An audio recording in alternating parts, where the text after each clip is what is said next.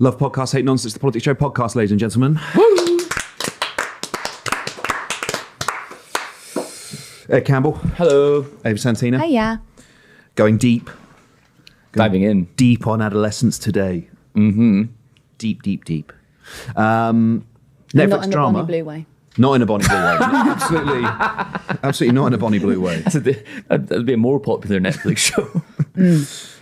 It is still, nonetheless, quite a popular Netflix show. Oh, very. Popular Netflix drama, not documentary. No. Kier! Liar!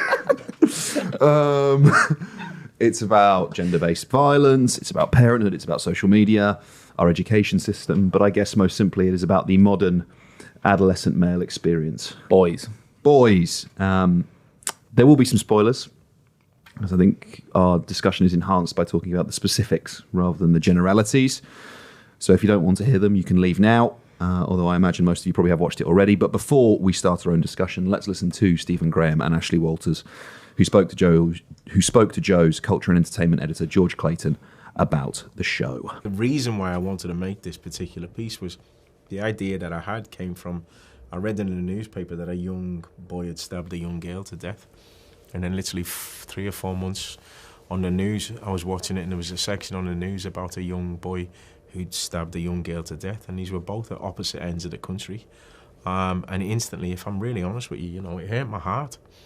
One as a father, but two as a human being. I was just really, I don't know, it rocked me to the core of how a young lad could do this to a young girl, do you know what I mean? And my main question was why? Normally you'd see it from the perspective of the victim, and rightly so, wouldn't it? The formula would be from the victim, but I wanted to flip it from a different perspective and just say that, look, this can happen to any of us, do you know what I mean? And in the sense of that microcosm of the home and the macrocosm being the outside world, that's not really the case these days.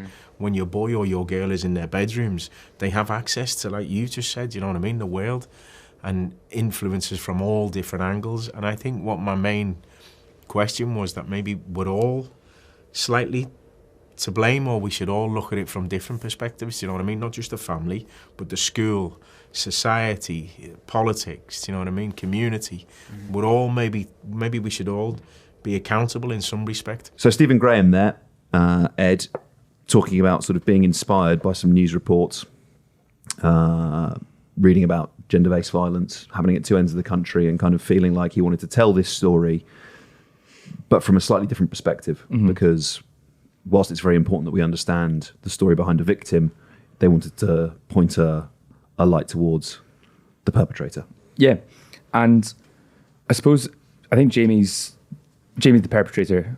Why am I talking like they haven't watched it? They've all watched it, sorry.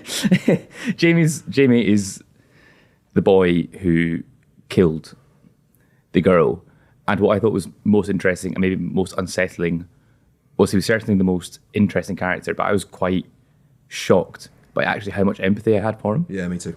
Which I wonder if that's a male perspective, because in the third episode, when he's talking about his feelings of a lack of confidence with women, feeling uncomfortable in his own body, like the process of becoming a man, I could really, really relate to it as being a teenage boy and just being so emotional and uncomfortable.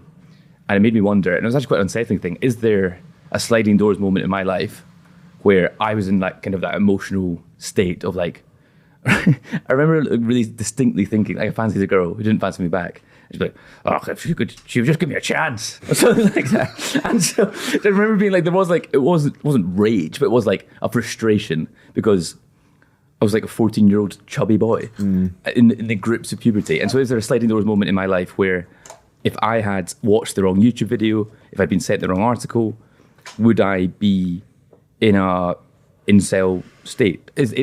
Do all modern men who grew up with the internet, do we all have that capacity? Yeah, I guess I would just start by saying I think Owen Cooper, the actor who plays Jamie, is like a star turn, right? And I think he's going to go very, very far, because that scene you mentioned, the entire episode 3, I thought the way he kind of, I felt empathy for him, but there's a moment where he kind of switches, and he becomes this like arrogant, cocksure, aggressive nasty, repulsive. Yeah, and I just thought it was brilliant the way that on the one for a second you're almost like, fucking hell, am I starting to feel sorry for this guy who's brutally murdered a woman?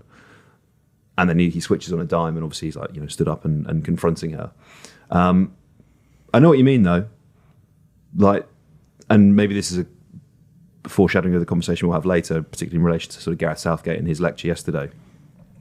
But I think there are kind of moments, right, in your life that can come to define you, and how you respond to them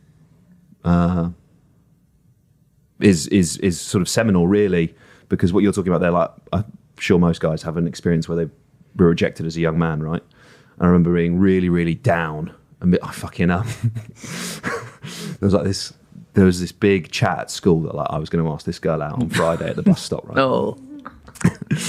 And like it was mounting and mounting and mounting, and then her mum arrived to pick her up, and I hadn't asked her out yet, and so I ran after her down past away from everyone, and I was like, will you take my hand? And she said to me, oh, can I tell you later on MSN? Which I should have understood to be a gentle no. But obviously it was fucking like straight back home, logging on, being like, any moment now. Refresh. To be fair, you didn't have a free hand because you were using it to hold Orwell's 1984. Well, yes, exactly. I was feeling like Winston. And I was a bit down. So yeah, she wasn't interested. And I was a bit down. And I remember one of my mates saying to me about a week afterwards, he was like, what the fuck is wrong with you? Stop wallowing in self-pity.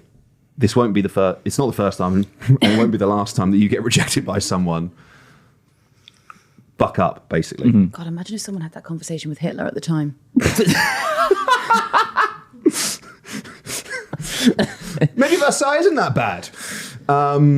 Yeah. And I think, but I don't know how different it is. And I think we'll probably get into this, right? Whether the adolescent experience, I think it's far more intense. But I still think that a lot of the sort of the nastier bits of, for example, online culture, they were around when we were teenagers as well. Mm-hmm. So they were brewing, but I think that there wasn't the sort of public humiliation rituals that there are now, right? Mm-hmm. If you had failed to ask her out, and there's potential that someone would have filmed you running across the car park, right? Yeah. Chasing after her and then posting that online. And that's a whole new level of humiliation, right? Yeah. That's actually, I think there's a really interesting contrast between the experience of Eddie, the father, talks about an experience as a 13-year-old at a school disco, putting on a pink wig and doing a silly dance. And Jamie would not do that in contemporary Britain, because there's every chance it'd be 100 people putting him on Snapchat, TikTok, Instagram. Eddie could like live in the moment almost of doing something for a laugh, just because he had the confidence to have a laugh, essentially. And there wasn't that second guessing of, will I be mocked for this? Will this live in infamy? Will this get 10 million hits? Like you were allowed to, it's actually, to bring back to... surveillance culture, right? Yeah. That it changes how you interact with people. Like you're allowed to fail, almost. Like Gareth said yesterday, I guess. And Jamie can't experience that freedom, or couldn't experience that freedom. And actually, I think we are all different ages, although similar ages. And I think the descent into like that surveillance culture, it didn't necessarily massively exist when I was at school. Like social media was still kind of in its infancy. Snapchat was still quite rudimentary. I don't think there was Instagram stories.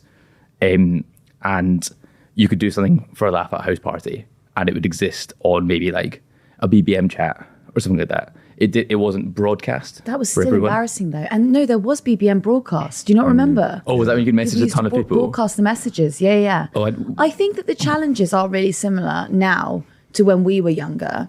I think that they're probably exacerbated by we will get into this more, but exacerbated by when we were younger, we were at school during the 2008 financial crash, right? So we were sort of like experiencing, poor wages, stagnating wages, and just, possibly your parents not having very much cash. Now kids are experiencing that on sort of a really bedded in, extraordinary, a different level to what we experienced. Poverty is sort of has become like a normal facet of someone's childhood up and down the country. And I was also thinking about this last night, and I was wondering if there was something to do with like how temporary everything feels, how sort of transient. There's no sense of permanence. And I think that children really feel that in a way that adults perhaps might be able to brush off. So if you've got a higher proportion of adults, parents living in rented accommodation, if you're moving often, you don't actually own anything. It doesn't feel like you can settle or feel settled and secure. And I wonder if that pushes young kids into looking for a feeling or a sense of belonging and permanence online. Yeah, a sense of belonging. Yeah, I think that's foundational. To be honest with you, when we went and made our film in Scotland, Ed, about Deaths of Despair, it was one of the key things that we felt like and picked up on, whether it was in sort of mental health support groups, suicide prevention groups, or injecting drug users.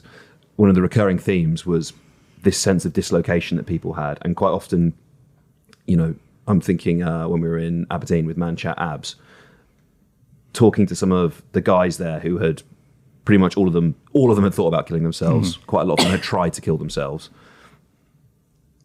And I was quite struck by the fact that they said that they felt sort of listened to for the first time in a long time when they all got together to talk about it. Which maybe isn't that surprising, but should be. Do you see what I'm saying? It's like you shouldn't have to go to the extremity of considering suicide to find someone that you can have an honest emotional connection with. Yeah.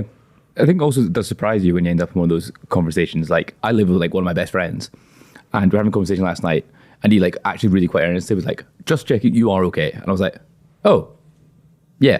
But then I was like, it was a surprise. And like we talk about, we're preachers of mental health, but it's actually kind of mandatory.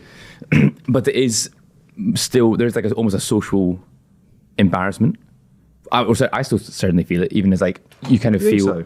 I think so. Yeah, I think even as like I sort of feel we have a responsibility as people, like young men with like this pulpit, to be like, oh yeah, you absolutely should be doing these things, but it's actually putting them into practice. I still find quite difficult. I still think it's difficult to talk about these things, even if you are very much preaching that it's okay to not be okay.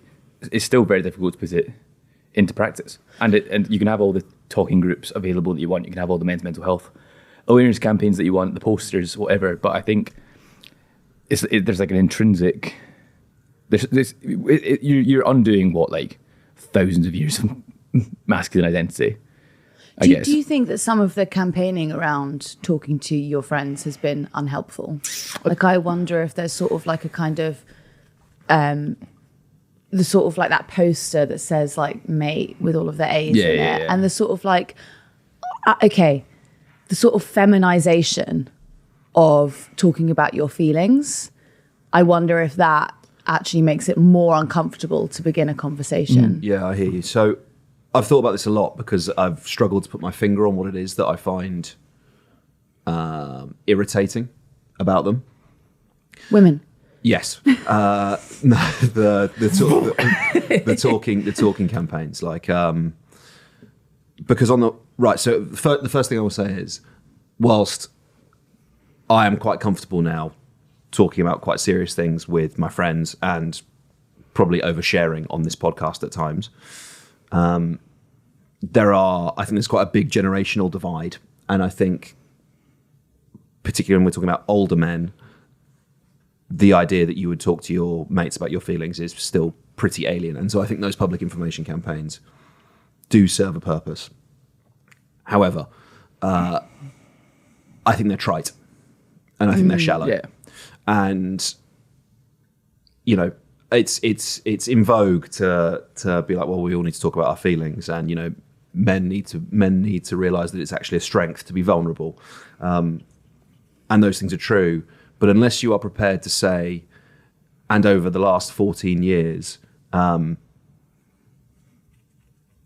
political approach of the Conservative government has destroyed healthcare, mental health care, the education system, third spaces, Like, if you're not prepared to engage with a structural critique of our political system, it's essentially marketing. Is my position on it, and it's almost like you're one step removed from just getting it, and it's like, okay, why do we think there's a mental health crisis? Is it because jobs are insecure? Is it because wages are stagnant and there's inflation in the economy? Is it because no one can afford to buy a house? And because they can't afford to buy a house, they either live in, young professional living in an urban centre, let's say, so you most likely live in an HMO. There probably isn't even a living room. You don't even have a third space in your own home, right? It's because it's been turned into a bedroom. Possibly you live with your parents. Okay, you live with your parents. Do you want to try and pull? Do you want to try and get a girlfriend? Do you want to try and get a boyfriend and bring them home? Like, what does that do for you? What does that do for your ego? What does that do for your sense of self? What does that do for whether you feel pride? And if you aren't prepared to talk about and engage with those things, then what you are doing is essentially happy clappy, let's all talk about our feelings. Yeah, I think that's my problem with it. The rental market is emasculating. Yeah. It is. Yeah. There is something like, inherently, like if you've been told, like, a man's house is his castle, to have to, until you're about 36, 37, rent with 6 other people, that is emasculating. Yeah. And I also think that the attitude of the Conservatives, not only did they defund mental health services and defund, local centres, schools, etc., but there was also like a keep calm and carry on attitude that they had, which was you need to pull up your bootstraps and get on with it. Yeah. Like if you listen to the governor of the Bank of England saying, by the way, we're not going to give you a pay rise for the next 3 years because we need to prevent spiraling inflation, but you better suck it up and get on with it. I don't care how you feel. That is compounding how miserable everyone is. Yeah. So Jamie killed that girl because he's a renter. No, I think my point is or I guess what this show is trying to, or maybe it doesn't explain this, maybe it doesn't attempt to explain this, but why did Jamie go on to commit such an atrocious act of violence? What was it about him that made him carry out this awful crime when all the boys at his school have the same pressures? They didn't seem to suggest there was anything particularly remarkable about Jamie's experience in the program. There was they were actually quite non-specific about the content that he viewed. I know, and I prefer the conversation I think that we're having, that this program provoked, rather than actually talking about the program, because I actually thought the program had a lot of failings. I thought that there was a terrible bit of dialogue between the two detectives where they discover it's incels that they're talking about, and this must be to do with Andrew Tate. I thought it was really forced, and I don't think that we should congratulate scriptwriters or adults for just mentioning Andrew Tate. I don't think that gives you a sort of free pass to, you're the oracle of understanding this complicated and complex interwoven world now. Do you know what I mean? Yeah, no, completely. And I agree with you. I think there has been a breathlessness with which politicians in their 40s and 50s have been talking about this, about showing it in schools, when all the children would be like, yeah, we know about, we all know about this. Actually, this is 5 years ago. We have this there's an entirely new system. I think politicians and policymakers attempting to regulate online behaviour, you are 10 to 15 years behind the pace. Things are accelerating at such amorphous. You children need to watch this thing that has made your day-to-day experiences understandable and accessible for me, a 50-year-old MP. It's also notable. There's never two children interacting on the programme. It's always, the conversations are excuse me, that's not true. They are there's really brief bits where Ryan speaks to his friend at the school. Yeah. But you never see Jamie talking to his friends. You never see, it's always from the adult's perspective, whether that's the detective character, the father, the therapist character. It's all about them reacting to it. It's not about how does this, you see how it affects the children in the worst possible way, in that the girl is murdered, and the experience of the girls at the school, but it's not necessarily from their perspective. It's more useful tool of education for adults, as you say, for parents necessarily. But actually, if you're a parent and you didn't know about this stuff, what are you playing at? Yeah. There's there's layers of fables, I think, inside it, right? There's like the relationship that the Ashley Williams character has with his son, which is Ashley Walters. Sorry, Ashley Williams, great Swansea centre back. Yeah. Well, Yeah. you know, The new Vinnie Jones. their relationship is interesting, right? When he Yeah. realizes that he's just not present at all for his son, Yeah. and then there's also the Stephen Graham and his son that relationship, which is like, I'm going to say something, and I think people are going to get annoyed at me because I don't. Okay, This is a safe space. Stephen Graham, he mentions that he hadn't been in all night. He'd been out on call, right? And so he's not living the same waking hours as his son. So there's this sort of question about whether he's there for him or whether he actually has been a part of his life. And that I am not saying that is the direct lead into his son going off to murder a woman, but there's definitely a conversation there about working patterns and about people being time impoverished, and then that leading to people to children feeling a sense of alienation. There's nothing new about that, don't get me wrong. Like, parents have always worked shift work. You know, my parents were always out of the house at 6 and then back at about 7 or 8. I didn't kill anyone, but Yet. but there's Who's this definitely Andrew something Tate about fella? I think that the way that shift work is happening at the moment, the way that the gig economy is set up, that means that parents might have to double shift, or they might have to take hours that are totally at odds with their children's school hours. It's different to how, or actually, at least it should be better to how it was before. Mm-hmm. Yeah, for sure. I mean, even you're. I think you're absolutely right. You are bang on. But even then, I'm thinking about my own childhood, and you know, parents that weren't working shifts, but you know, a primary school teacher and someone who worked in sales. And even then, I remember spending hours by myself as a teenager. Do you know, like, because I get home before them, or they'd leave before me. I do think, though, you're right. Like, clearly, fatherhood is sort of one of the key themes of the entire program. And I don't think you've watched it in far enough yet, Ava. But there's a moment where Stephen Graham says, who also is fantastic in this, by the way, that his dad used to like leather him. Oh, really? Yeah, and that and he promised himself, you know, he would never do that. The line is something like, you know, and I remember thinking at the time, I will never do this to my own children. And the inference from the script line is essentially that his belief that because he hasn't beaten his kids, that he is a good father, which obviously I think most of us would accept, but he can't see, or at least from my perspective anyway, he can't see that the abuse that he suffered as a child has led to him becoming emotionally repressed, distant. In the first episode, they're in the prison cell and Jamie starts sobbing, and Stephen Graham having recently become a father, and I was watching him and I was thinking, like, hug him. Why aren't you putting your arm around him? And he doesn't. He sits there like that. And I think it made me think about slight tangent, but I'll come back to it. When I was about 13, there's like we had to do like poetry in English. I had to stand up in front of the class and recite a poem, maybe even 12. And I did "This Be the Verse" by Philip Larkin, which is, you know, they fuck you up, your mum and dad.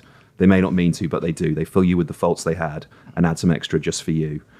But they were fucked up in their turn by old-style fools in hats and coats who half the time were soppy stern and half at one another's throats. Man hands on misery to man. It deepens like a coastal shelf. Get out as early as you can and don't have any kids yourself.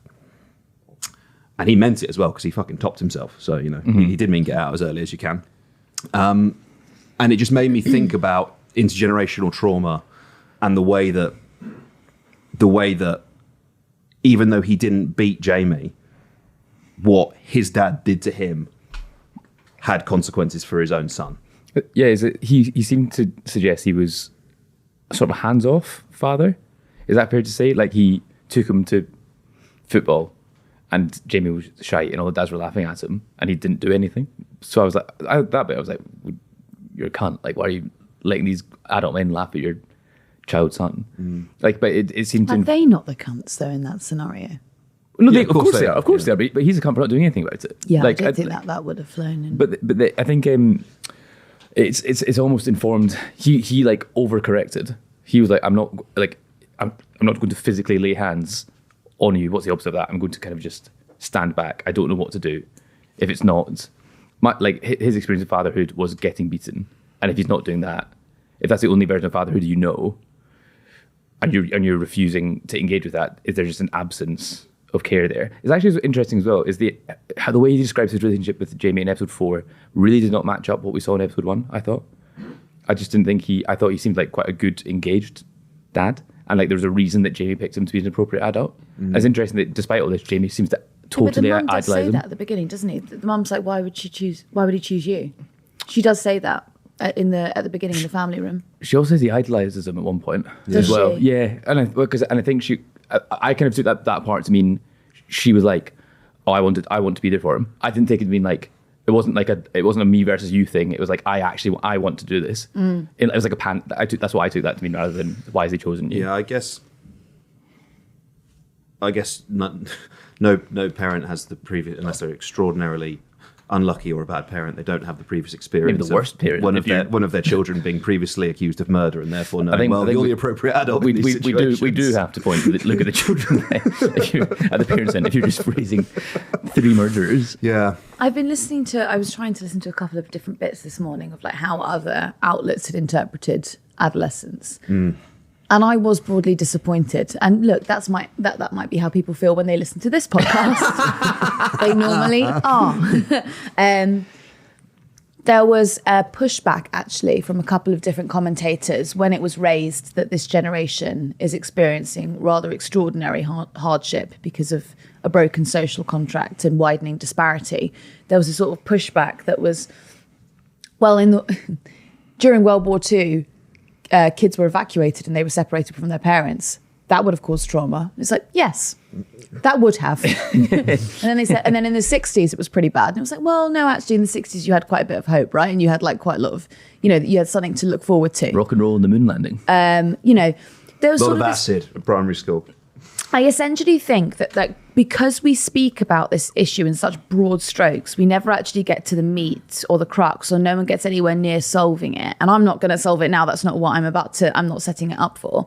But I do think that like if we could change the way that we think about these male influencers, and you could really like bed in that they are fraudsters, that they are actually making money off of your children, and that they're actually taking money off of your children through their attention, through the attention economy, then perhaps that would sort of awaken parents to understanding how dangerous they are. Because I think sort of like the way that like our parents' generation operates is like, well, if you sit down in front of a television screen and you watch it, like, that I'm not benefiting that company. They don't realize that actually every single click, every single interaction that you're making on social media is making someone's pockets fatter.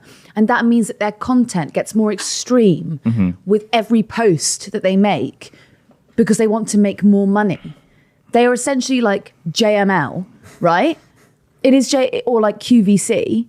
Yeah. But they're influencers. I think if we could kind of change the narrative around it, then that might be helpful. Yeah.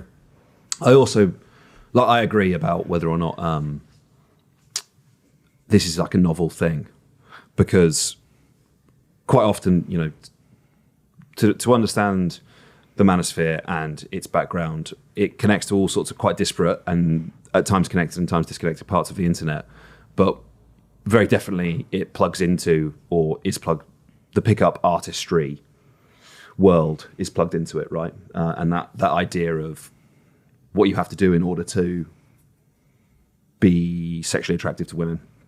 And one of the sort of seminal texts, I would say it's canon actually at this point, Ed, probably, is The Game by Neil Strauss, where sort of the term negging is popularized from, the sort of emotional manipulation of women in some instances in order to get them to sleep with you. I read that when I was 15. Do you know what I mean? Like and you're married now. Yeah, and fucking it works. You can tell. Let me tell you, it works. You can tell. So whilst I don't mean to minimise the sort of social media, as you've discussed, Ed, has come on a long way and it's changed.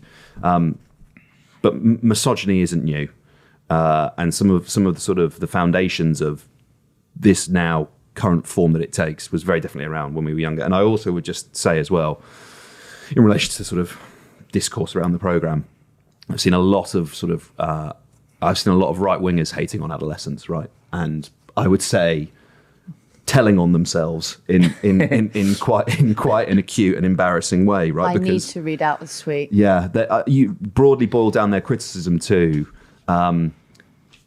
this program is about a white boy stabbing someone, and therefore it's unconvincing. And you know who's leading the charge on that? I do, yeah. And Joey Barton. Yeah, Joey Barton's doing it. And if he looks inside his own family, yeah. What colour was that murderer, Joey? Yeah, white. Killed a black man. Yeah, for sure. Look, like Joey Barton's brother, to be clear. Yeah, Joey Barton's brother. Yeah, and because the killer isn't black or a Muslim terrorist, they don't find it convincing.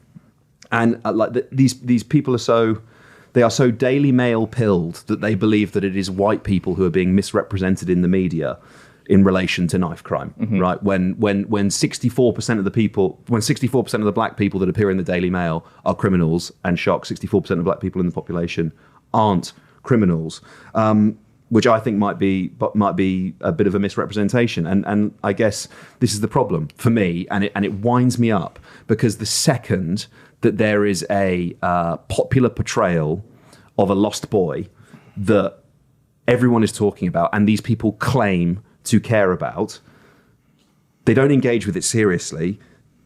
They show the hollowness of their conviction, right? And they show that it's a grift. They show that they're grifters because they go, no. What you're talking about here appears to be gender-based violence, and we all know that actually when it comes to stabbing, that's a black-on-black crime issue. It's fucking embarrassing, and I'm going to stop now, but it genuinely makes me sick. Makes me sick as well. Can I go back to your point about the game? Yeah, man. I think good point. Well done, Ollie. I think you're right though to stay on that for 1 second. I think that's sort of like why can I never remember that man's name? Who was that man that we talk about a lot? He's been on this show before. Matthew someone? Goodwin. Oh, Matt Goodwin. Yeah. I have such a blind spot with that name.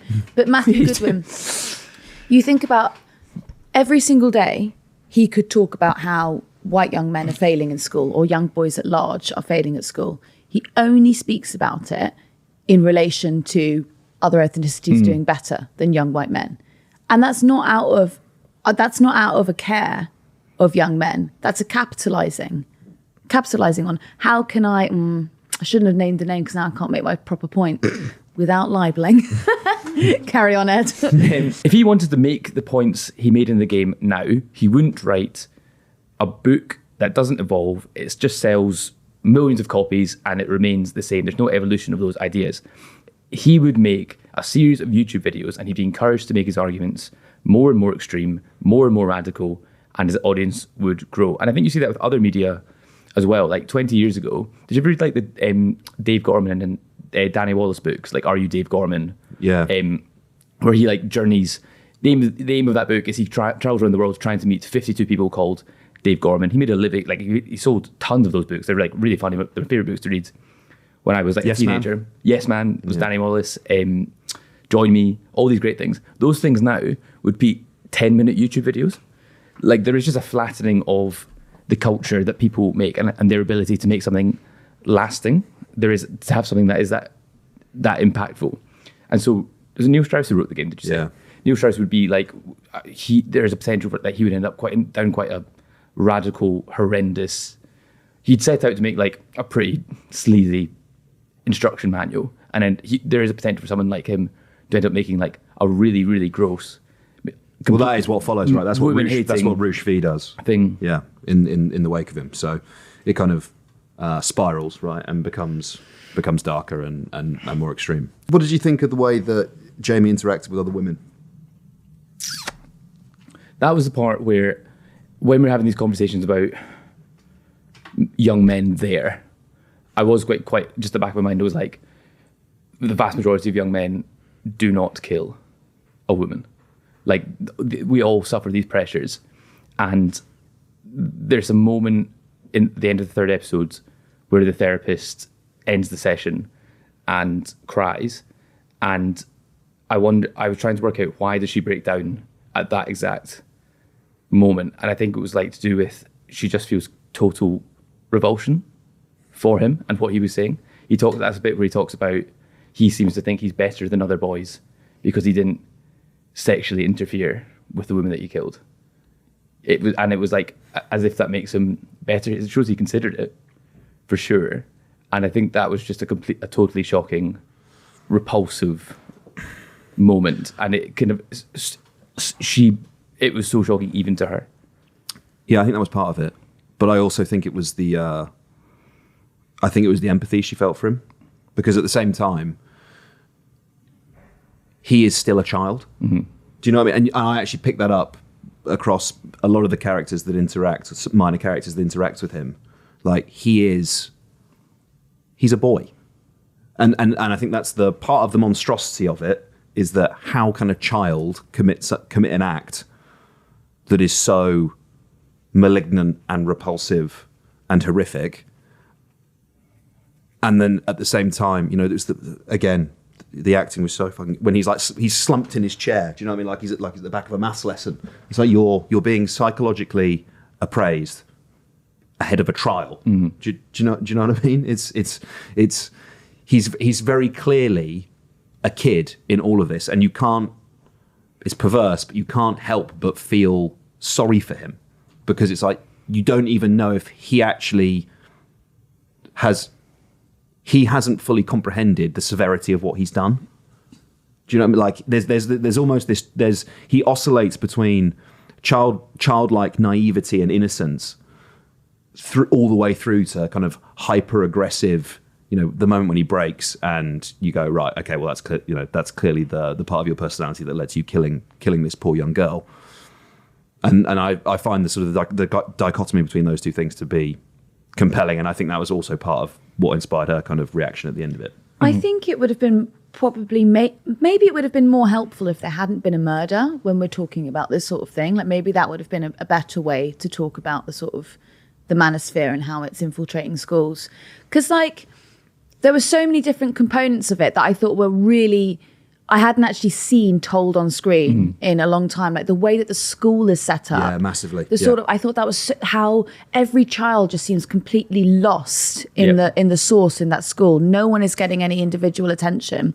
The uselessness of that teacher that was showing the two detectives around the school. Yeah. And I just thought it was so emblematic of Middle England and just what is she going to do? How would she change the trajectory of a young man's life who was lost? And I actually thought one of the most interesting characters was Ashley Walters' son. Mm-hmm. I thought I would actually watch a 4-parter just on him, because he's not a murderer, but he's lost, right? And he talks to his dad about, I know that's red pill, that's blue pill. They're talking about incels. And there was a particular line where he said, I don't post on social media. So I actually thought the invisible young boy was more interesting than the murder. And I guess it kind of offset. This is sort of why I said earlier in the podcast that I'd rather we speak about it as a jumping point rather than as like actually going through the program, because I thought that it did do a disservice to the girl who was murdered, right? You're trying to have this really sensible conversation and you're trying to think properly about what are male influences doing to young men and how are they feeling at this moment in time? Where is her story? If you took out her altogether, if the murder hadn't happened, I think we could have had a more conducive conversation. Mm-hmm. You don't want parents thinking, basically what parents need to understand is that their child might not do something extreme. He might not kill someone or kill himself, but he might be feeling extraordinarily lonely, and the effects of that might last long into their adulthood. And they need to know how to look out the signs for that. You don't want the barometer to be, well, he didn't kill anyone, so he's obviously fine. Mm-hmm. You know? Yeah. I thought it was quite a brave artistic choice to focus on the murderer. And I thought it was actually better for doing that. I thought it was slightly more novel. And I think because of that, it allowed more of an analysis of Jamie's radicalization. And particularly in the 4th episode, which I know you haven't watched, there is it really dials in on the parents, and they basically they appraise their culpability or lack of for what he's done. And I think by focusing on him, you provide the sort of opportunity to interrogate the role that the parents have played or not in his radicalization, which I thought was interesting. But you're right, like it is. But I think particularly in sort of the current media climate, I think it is a bold choice to. I don't know if the scene where Stephen Graham's character is laying flowers at the very end of the second episode. That is the actor who played Katie is the girl singing. Oh, really? Yeah, which is interesting. Which is, I would say, is the most present she is in the entire thing. Right? Is she sings for about 2 minutes? Yeah. You say it's a bold. It's so difficult to talk about this because it's like I do really think that I stand by everything I just said. Yeah, that definitely. I do think that the story of these young boys needs to be told. But every time a woman is murdered in real life, it always is the murderer who gets the headline, who gets the paper. It's rarely ever. I mean, if you had to go up to people on the street, if you were voxing them and said, name me one woman who was murdered out of the however many were murdered last year or over the last few years, they'd probably be able to give you the name Sarah Everard and nothing else. No other name. But how many murderers could they name? Yeah. And yeah, I hear you. Yeah. What I think two things can be true at the same time. Absolutely. Yeah, of course they can. Yeah. What I think it does do, Ava's point about like there's not a binary between if your son doesn't murder, like murdering equal bad, nothing else equal good. I think this program actually does quite a good thing of like showing the running the gamut of like bad or unethical or immoral or wrong things that young men can be doing. They talk about like revenge porn, about soliciting girls in their year for nudes and then sharing that around. Like there is the kind of the violence against women isn't just presented as the murder. There is like they do quite a good job of exemplifying the risk to young girls in schools in these environments, in like the lawlessness, in this world where there's no adult supervision on Snapchat, on WhatsApp, on Instagram, or whatever. There's no one really overseeing what you do, and I think it does a good job of showing that your son might not be a murderer, but he might have solicited a girl in his class who's feeling especially emotionally vulnerable to send him a nude, and then broadcast that amongst his friends, which is completely reprehensible. And then there's steps before that as well. But boys can be a victim in that too, right? Like if you're a young boy who receives that photo, you can be done for child pornography. And when you think about how messy that school was and how at sea that school was or felt, if a young boy had received a nude of a young girl and the teachers just went carte blanche and was like, right, you're all in trouble, I don't think that his innocence will be represented well, right? But they're both the victim. Yeah. I think, and that's the point, isn't it? It's the point I think that it's trying to make is that young boys have been forgotten. Do you think it was? I feel like I think it's right that we're critically engaging with it, but I do just want to say as well, I thought it was exceptional. You know, like I was sobbing. Really? Yeah. I was multiple times I was crying throughout it, and I don't know whether that's obviously because like recent circumstances in my life or not, but it really, really resonated with me. I think Stephen Graham is so good. I thought Owen Cooper was so good. I thought they were all fantastic. I thought the performances were excellent. I didn't think it was a 5 out of 5 television program. Really? I thought it was. Particularly the last episode, I was like, I thought they dealt with the theme of that episode with a bluntness that they didn't do in the previous 3. Of being like, I thought kind of it was like, this is the theme. Time for the theme now. This is the theme, which I didn't particularly like, and I think that was the one time where the one-shotness of it felt like a gimmick, rather than I didn't think you noticed it in the previous 3. I didn't think like the story was. It's more like it's like a character study, I guess, of Jamie. I thought it was effective as that. I don't think I'll ever watch it again, and I'm not sure that it will stand. I'm not sure it's something that we'll be revisiting as a piece of art. I think the conversations and that around it are very important, But I think as like a television program, I'm not sure it's an amazing bit of art. What do you think? I'd like to see more about the manosphere, to be honest. I'd like to see a lot more about it, but I'd like to see it not told in to such extremes that it clouds the actual, I don't know. But then look, I just love like a good 2 hours of just how people are feeling, That's like, I think, I love Jane Austen, and pretty much all of that is, and how do you feel about this? Let me pore over it for 80 pages. I'd be interested in that about a young man. Yeah. Do you think it should be shown in Parliament? Do you think it should be shown in schools? They've all got Netflix accounts. I actually think that if I'm really sorry, I'm going to say something quite strong. I do think if you're an MP and your understanding of this is a new concept for you, what you've just seen in this programme, you need to go away this weekend and you need to do some proper fucking reading. Or hand in your that is gun actually, and badge. Well, yeah, I think that is, God, like, for God's sake, when we were like, we need to get more younger people into Parliament, and then you saw some of the young people that came in. And you were like, oh, Jesus, this. It's the prefects. The young boys are never going to get better. Yeah. Yeah, I think the way that, if you presented this in schools, like, it wouldn't be.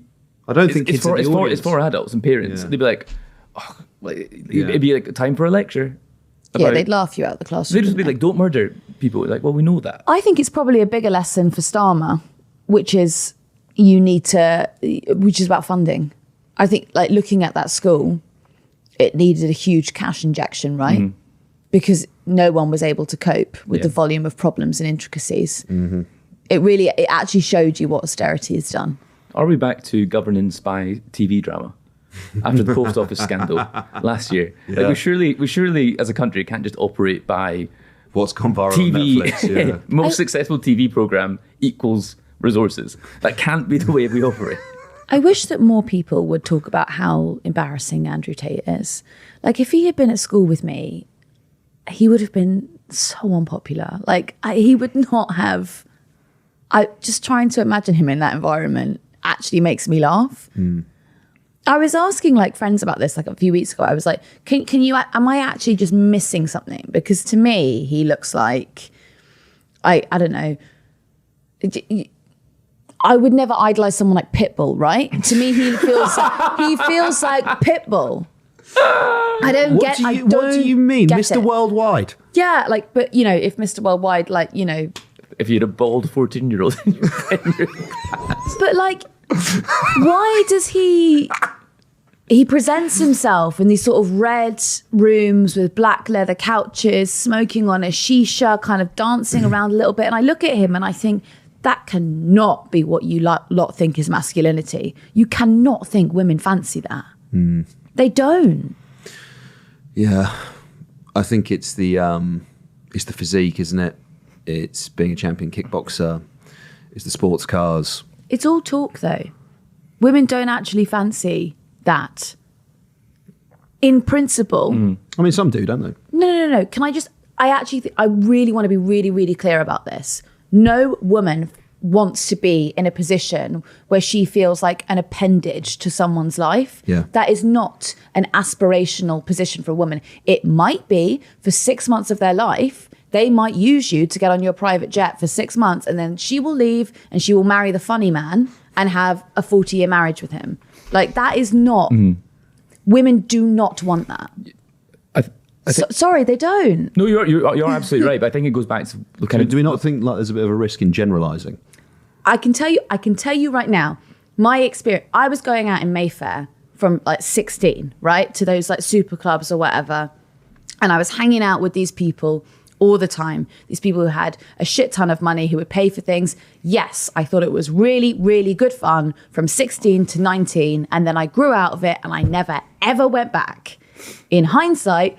Bit fucking weird that these 35 to 40-year-old men wanted to hang out with a 16-year-old, but that's a conversation for another time. It's a different podcast. What I'm saying is, I think from the outside, that probably looked really aspirational, that we were like, at like China Whites or wherever we were, like 10 women with 2 men, it probably looked really aspirational.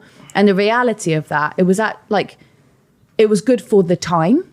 Mm-hmm. No woman stays in that environment. Mm-hmm. And those men, I know them. They aren't that happy. They're not. Mm-hmm. I think that relates to the point I was making at the beginning about empathy for Jamie and feeling that way about, oh, no one fancies me. If your current approach is resulting in no woman fancying you, you see Andrew Tate or The Game or another sort of approach to get women, you're like, well, I might as well try this one. Like, if it's about work trying to, I think I actually don't know how you do this without being like incredibly like do-goodery or lecturing, or I actually don't know what the solution to this is, but without doing like pick-up artistry of being like, because imagine like how, if I was to describe to you an influencer or a YouTuber who was teaching young men how to pull girls in like an actually like respectful, healthy way, it doesn't sound great on paper.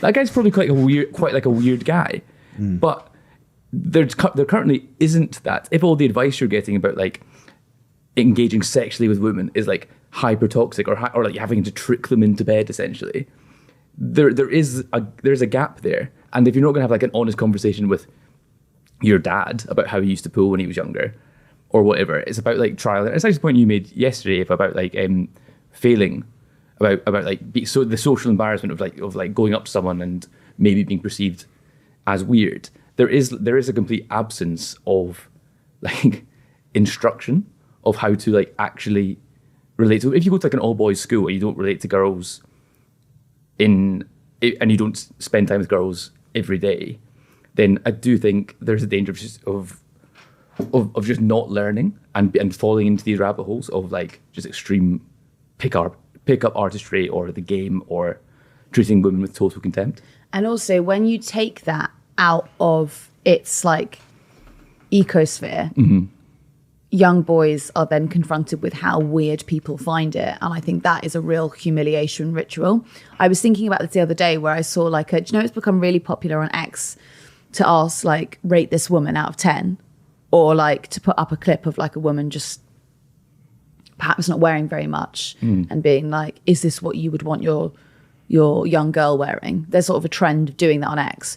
I saw someone had tried to replicate that on Instagram and taking it out of like Elon Musk's Twitter. The comments were just like, I'm calling the police. Like, what's wrong with you? That girl looks to be about 14. What are you doing? And it was like the second that you take people out of like where the comfort blanket of a lot of men who don't leave their bedrooms, it's on plain sight to see how weird that is. And then that's the worry. If a 14-year-old is only consuming content where it's acceptable to be rude to women, they then try that behavior in real life and they're ostracized. Mm-hmm. So, I don't know, there's a double-edged sword of doing young men a disservice. Something I wanted to ask, I was actually asked Ollie, was... I'm listening, Ed. We are men Mate. with romantic partners who aren't incels. Why do you think you're not an incel? Or a woman hater? Incel's probably too specific. But what is it in your life? Can you attribute it to any one thing? Is it a variety of factors that has resulted in like a healthy relationship with women? Because that's what I was thinking about that when I watched this, about like what is it about my life that has prevented that trajectory for me? So without going too far into it, because I was thinking about this smartphones. There's a line in Southgate's speech where he says there are 2.5 million young men who don't have a father figure in the home, and he said, and downstream of that, there are more smartphones in homes with teenage boys than there are fathers, and that sort of made me stop, and I thought about it a bit because without going too far into it, I didn't have the healthiest relationship with my dad for quite a long time when I was a teenager. Didn't talk to him for a long time, and I was sort of thinking, right, okay, so you didn't necessarily have a father figure for a while. Why hasn't it affected you in the same way? I was raised by women. I was raised by my mum, and grew up with my sister. And as a result of that, I always thought that led to me actually having a more healthy relationship with women because I learnt about things like feminism at home. I learnt about how my empathy was informed by their life events and how they impacted them.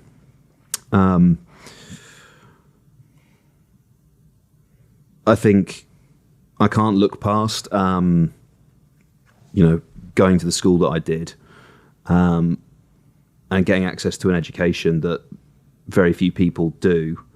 And it is sort of like a crossroads, really. Like my sister went to the local comp, and I got a scholarship and a bursaryship to go to private school, and as a result of that, I basically got told that the world shined out of my arse, and that I had a right to walk into any room and shake the hand of the most powerful person in it and not feel intimidated. And so I've always been quite confident, and combine that with one of my mates who I don't think would mind me describing him as a younger man as a bit of a shagger, who relentlessly told me, and has been like this in his professional life as well, was like, rejection is part of life and you need to get used to how it feels. And as a result of that, I just sort of went on my merry way. I guess the thing about like why didn't you become an incel is the involuntary bit. Mm-hmm. You don't get a choice. That is kind of the point, right? Is that they certainly feel anyway that it's not that they're choosing. Well, Volcells would, but it's not that they're choosing to be like that. They feel like they are just, that is their lot in life because of the whole 80-20 thing, Chads and Stacey's, etc. etc. I don't know if that has answered your question. I mean, what do you think?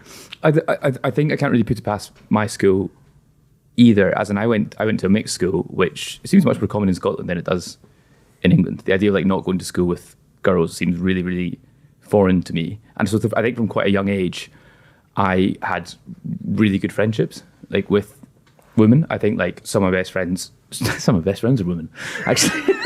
But like, I'm really, really fortunate to have like... Name 5 women. We'll wait. I go into like a fugue state. The Haim sisters. The Nolans.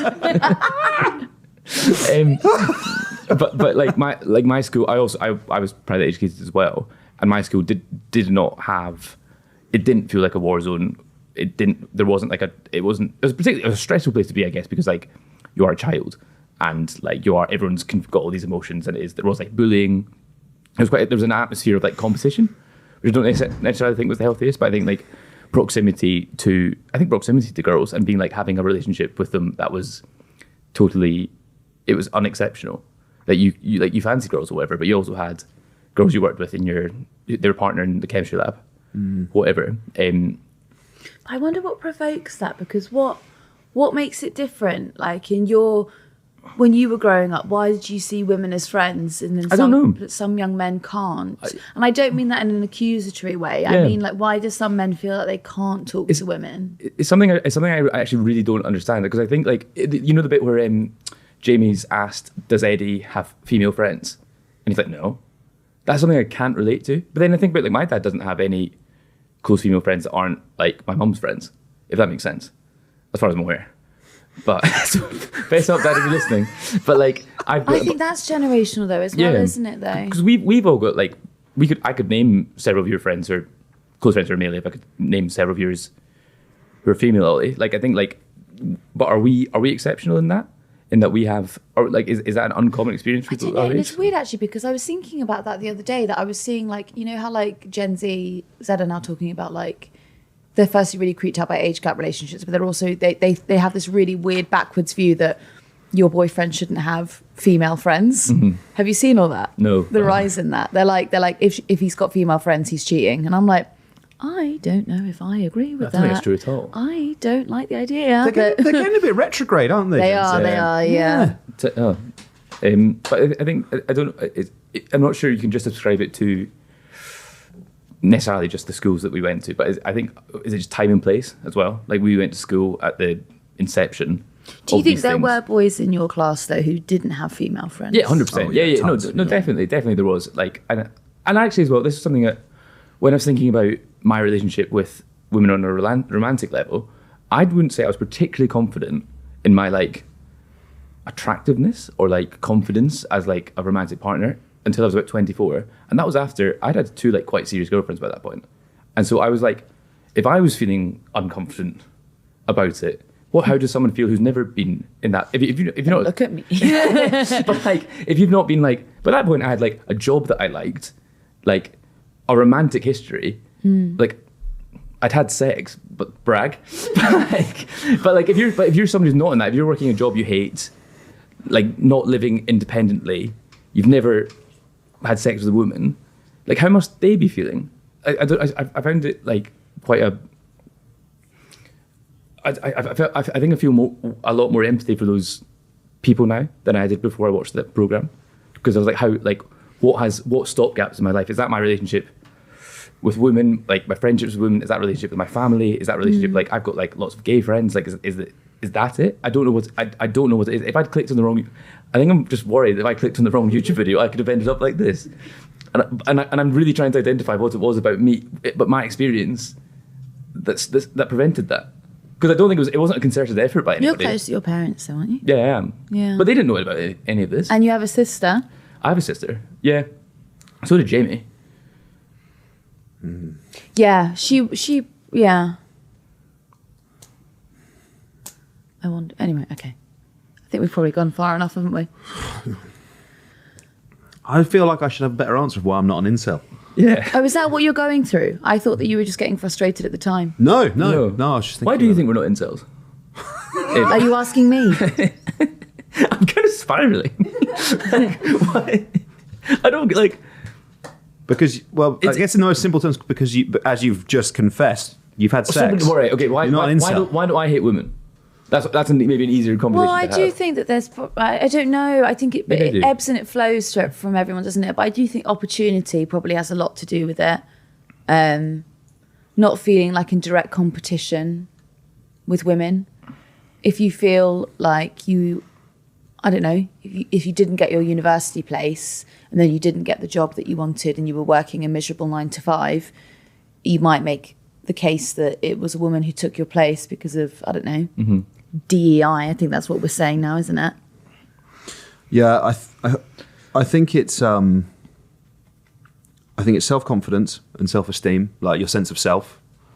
I think it's relational, so positive male role models, healthy relationships with women, and then there's probably a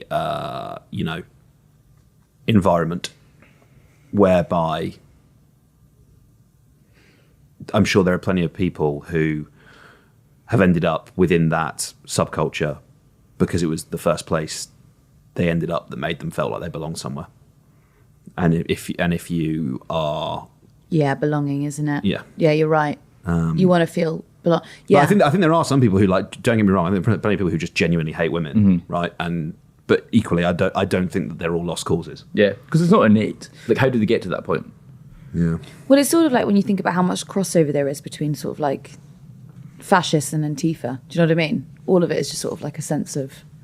Well, extremism, I guess, is a commonality. Because it's about belonging, isn't it? It's sort of like our friend who ended up in the far right and got out of it. Yeah.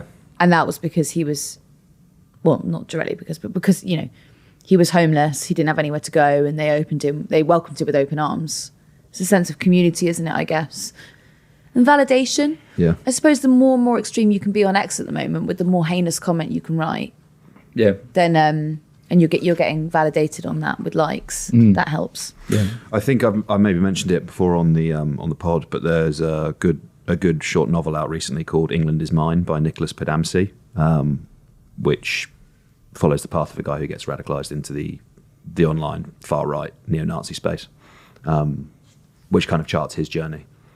And I think it's an interesting pen portrait. Worth reading? Yeah, I'd say so, yeah. Okay. I'd say it was worth reading.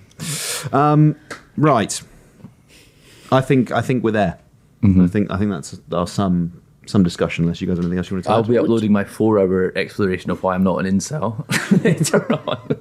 You're going through your YouTube search history back to 2010. I'm going to be thinking about this forever. Maybe you should think about it over the weekend and we can talk about it again on Monday. I think I'm not sure that'd be helpful for me to dwell on it.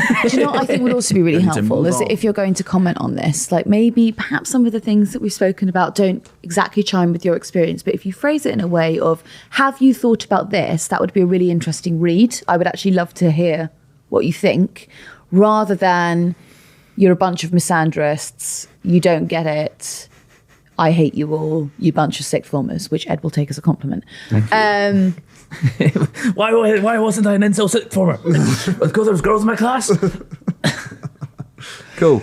Thank you both. Thank you both for your honest appraisal. Thank you for not being incels. I don't think we'd be here, would we? Oh, yeah, you would. I Oh, yeah. think we probably should have a slightly different podcast. More lucrative. Yeah, no doubt. I'd be wearing less. And there'd be 10 of you. There would be 2 microphones, 10 women. The new podcast format from PoliticsJOE. 10 Avers! Don't threaten them with a good time.